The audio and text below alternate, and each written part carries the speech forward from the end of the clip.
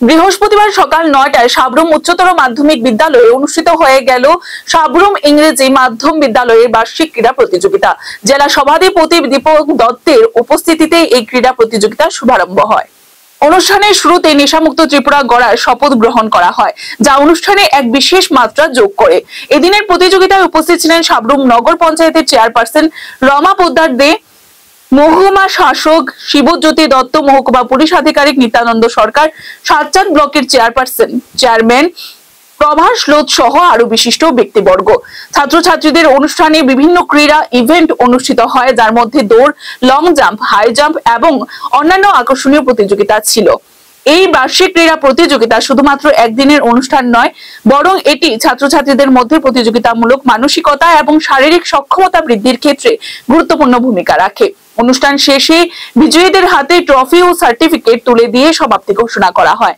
Level ভাগ করে এখান থেকে ট্যালেন্ট উঠানো হয়েছে, এরপরে ব্লক লেভেলে খেলা অনুষ্ঠিত হয়েছে, এরপরে সাব ডিভিশন লেভেলে অনুষ্ঠিত হয়েছে, যেটা আমাদের সাব ডিভিশনে এই মাঠে অনুষ্ঠিত হয়েছিল। এরপরে গতকাল আমরা এটাকে ডিস্ট্রিক্ট লেভেলে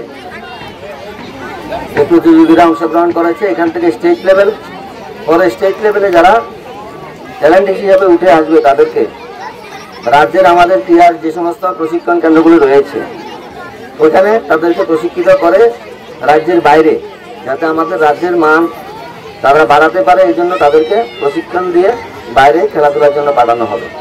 উদ্দেশ্য শুধু খেলাধুলার মান এটা নয়, আমরা বর্তমান সময়ে আরও কিছু সমস্যার মধ্যে রয়েছে। আমরা আমাদের বিশেষ করে আমাদের রাজ্যের যুব সমাজ আমরা দেখছি নেশার দিকে, ড্রাগসের দিকে ধাবিত হচ্ছে। এই নেশার কবল থেকে মুক্ত করতেও আমরা খেলাধুলার প্রতি যুবকদের আকৃষ্ট করার জন্য আমাদের জেলা থেকেও কিছুদিন আগে আপনারা লক্ষ্য করেছেন, আমাদের জেলার অ্যাসোসিয়েশন থেকে আমরা নেশামুক্ত ফুটবল টুর্নামেন্ট আমরা এই জেলার মধ্যে করেছি প্রত্যেকটা ব্লক থেকে।